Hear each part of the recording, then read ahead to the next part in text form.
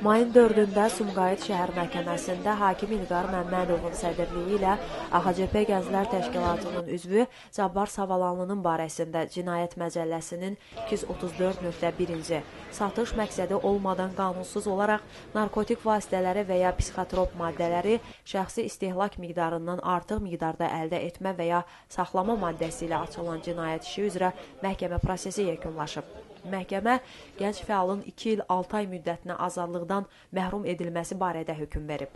Qeyd edək ki, məhkəmə binasının qabağına gənc fəalı dəstəkləməyə gələn çoxlu sayda həmfikirləri, media və səfirlik nümayəndələri olsalar da, məhkəmə zalının kiçik olması və hakimin media nümayəndələrini içəri buraxmamaq barədə tapşırığı əsas gətirilərək zala heç kim buraxılmayıb.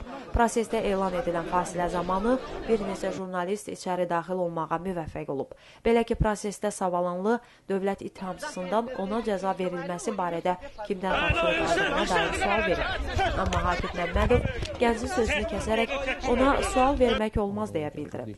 Anar Qasımov Savalanlının ictimaiyyətə mesaj xarakterli məktubunu da ünvanladığını deyib. Məktuba gənc fəal saxta narkotik ittihamı ilə əslində azadlıq uğrunda apardığı mübarizəyə görə həbs olunduğunu deyib. Hazırladaq ki, Cabbar Savalanlı fevralın 5-də qanunsuz narkotik saxlamaq ittihamı ilə həbs edilib.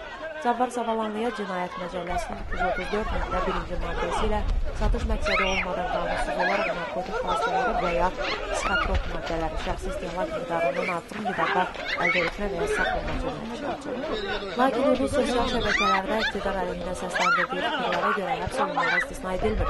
Qeyd edək ki, jurnalist Elnur Fəthullayev də saxta narkotik ittihamı ilə hazırda həbsdə saxlanılmaqdadır. 2 il 6 ay müddətli azadlıqdan məhrum etməklə cəzalandırılıb.